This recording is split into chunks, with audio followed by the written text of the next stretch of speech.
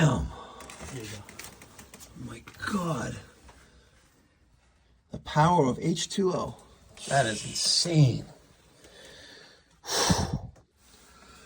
All right, isolated our MC cable, which were basically welded to that circulator.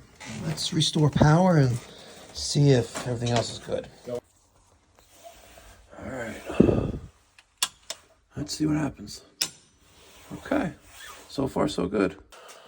All right, here goes nothing.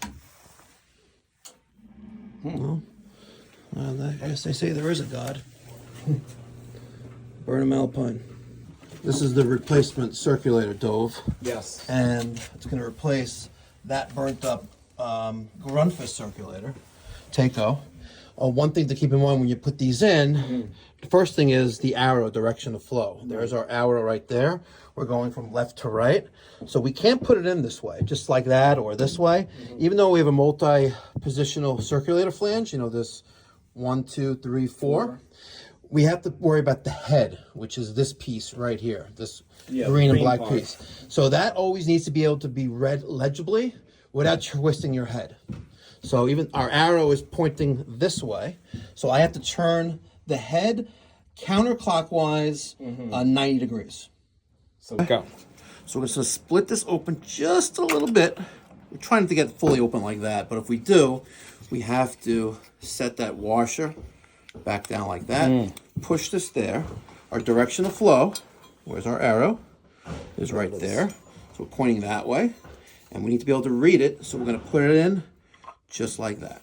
And push down on it and replace the 4 screws that I just removed.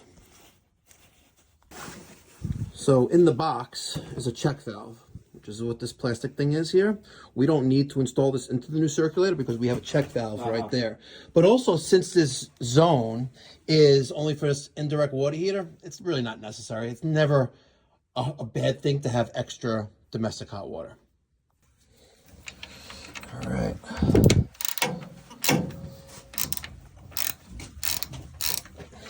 Last but not least, now let's open up this. Nice. No leaks. No leaks. All right. She's all wired in. Let's flip the switch on. All right. Now we're cooking with gas.